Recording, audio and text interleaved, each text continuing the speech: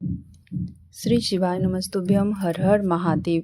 गुरुजी पंडित प्रदीप मिश्रा जी के द्वारा 17 फरवरी 2025 से तारा बाबा की कुटिया सिरसा हरियाणा में शिव महापुराण कथा शुरू हो गई है, जो कि ये कथा 7 दिवसीय शिव महापुराण कथा चलने वाली है, जिसे आप 17 फरवरी से 27 फरवरी तक आस्था चैनल यूट्यूब के माध्यम से 2 बजे से 5 बजे तक देखी जा सकती है। आज की कथा बहुत ही रोचक जानकारियों से भरपूर थी। आज छठे दिन की कथा पूर्ण हो चुकी है। बाकी आज कल एक दिन की कथा 7वें दिवसीय की है, तो 7 दिन की कथा है, तो कल 7वें दिन की कथा बाकी है। बाकी अगले कथा आप लोग को पता ही होगा। सीहोर कुबरेश्वर धाम में रुद्राक्ष महोत्सव में 7 दिवसीय की कथा शुरू होने वाली है 25 फरवरी से। आज की कथा में गुरुजी कुल पत्र उपयोगी सहित 10 जानकारियां दी हैं। सभी की जानकारियां आपको इसी वीडियो के माध्यम से प्राप्त होने वाली है। जिस स्त्री को रजोधर्म आके बंद हो गया है, रजोधर्म नहीं आ रहा है, या रजोधर्म से जुड़ी हुई कोई भी दिक्कतें आ रही है, तो उसके लिए गुरुजी बिल्कुल नए उपाय की जानकारी दिए हैं। सभी की जानकारियां आपको इसी छोटी सी वीडियो के माध्यम से आसान भाषा में हम समझाने की कोशिश करेंगे। आज की कथा में गुरुजी पत्र के माध्यम से बहुत सारे उपाय की जानकारियां दी हैं। सभी की जानकारियां आपको इस छोटी सी वीडियो के माध्यम से प्राप्त होने वाली है। अगर आज की कथा आप लोग किन्हीं कारणवश नहीं सुन पाए हैं, तो पूरी कथा का रसता आपको इस छोटी सी वीडियो के माध्यम से प्राप्त होने वाली है। तो बढ़ते हैं आज की कथा की पहली जानकारी की ओर। आज कथा शुरू होते हैं। गुरुजी बोले, आप जितने भी लोक में जाओगे तो वापस आ जाओगे, पर एक लोटा जल का फल से जो आप शिवलोक में जाओगे तो वापस नहीं आओगे, शिव के हो जाओगे। बढ़ते हैं आज की कथा की दूसरी जानकारी की ओर। बहुत लोग कहते हैं कि सीहोर में भी गए, कंकर शंकर की पूजा भी किए, कथा पंडाल में भी कथा सुन लिए, पर महादेव मेरी नहीं सुन रहे हैं। इस पर गुरुजी बोले, महादेव सुनेंगे। अगर आपकी फाइल मोटी है तो थोड़ा पढ़ने में समय लगता है। पिछले जन्म का आपका जो कर्म है उसको मिटाने में समय लगता है, इसलिए बाबा सुनेंगे। बढ़ते हैं आज की कथा की अगली जानकारी की ओर। बिंदिया जी पत्र लेकर आई। गुरुजी, बच्चेदानी में ऐसी जगह गांठ थी कि डॉक्टर बोला तुम मां नहीं बन सकती। ऑपरेशन भी कराया, IVF भी कराई, तो भी नहीं मां बनेगी। तब मेरी भाभी आपकी कथा के बारे में बताई। आपका बताया गया सफ़ेद आंकड़े का जड़ का प्रयोग की, पशुपति व्रत की, सीहोर गई, कंकर शंकर की पूजा की, तो भी संतान नहीं हुआ। आप कहते हो गुरुजी शिव विश्वास टूटने मत देना। कंकर शंकर की पूजा करती, रुद्राक्ष के जल का आचमन करती, फिर सफ़ेद आंकड़े के जल का प्रयोग की, बच्चा ठहर गया। डॉक्टर बोला बच्चा तो ठहर गया है, पर बच्चा ठीक नहीं है, बच्चा गिरा दो। पर मैं बाबा पे भरोसा करके बच्चा को रखी। बाबा की कृपा से बाबा ने 2 बच्चे मुझे दे दिए, एक लड़का है एक लड़की। उसी का आभार व्यक्त करने हम कथा पंडाल में आए हैं।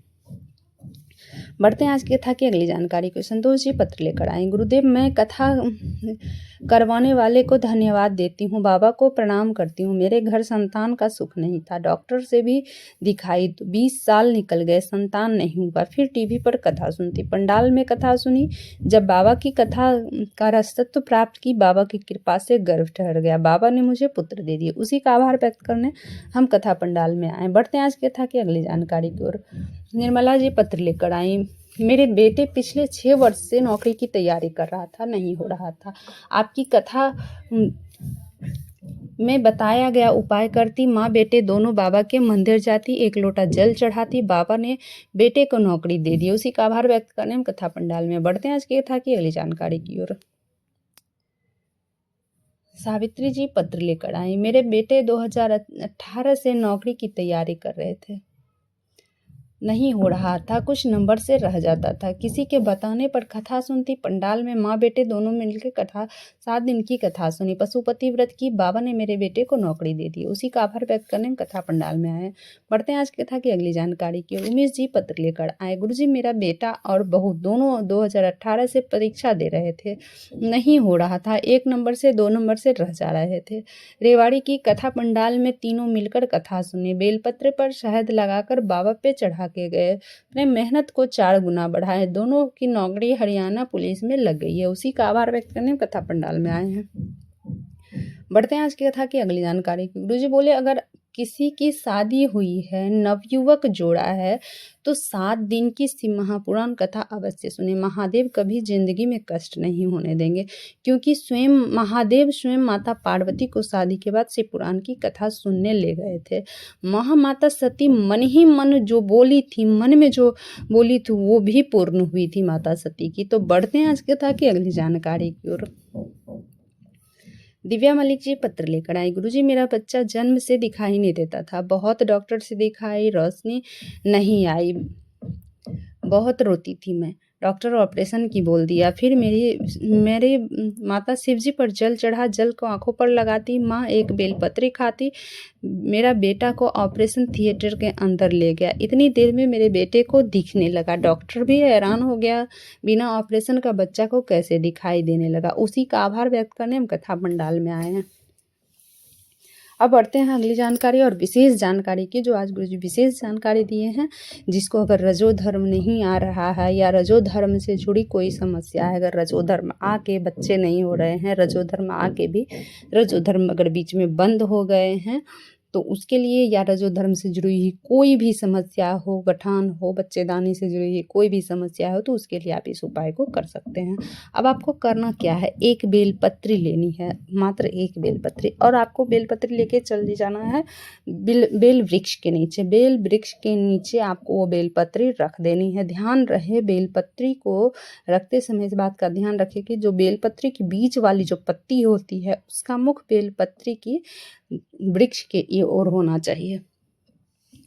वृक्ष के ओर रख के और उस पे बेलपत्री को रख के 7 बार आपको कुंदकेश्वर महादेव के नाम से 7 बार आपको उस पे जल छोड़ देना है, उस पे जल समर्पित कर देना है। उसी बेलपत्री पे आपको कुंदकेश्वर महादेव के नाम से आपको 7 बार वो बेलपत्री पर जल छोड़ दें। फिर वो बेलपत्री उठाकर उस महिला को दे दे जिसको रजोधर्म से जुड़ी हुई कोई समस्या हो।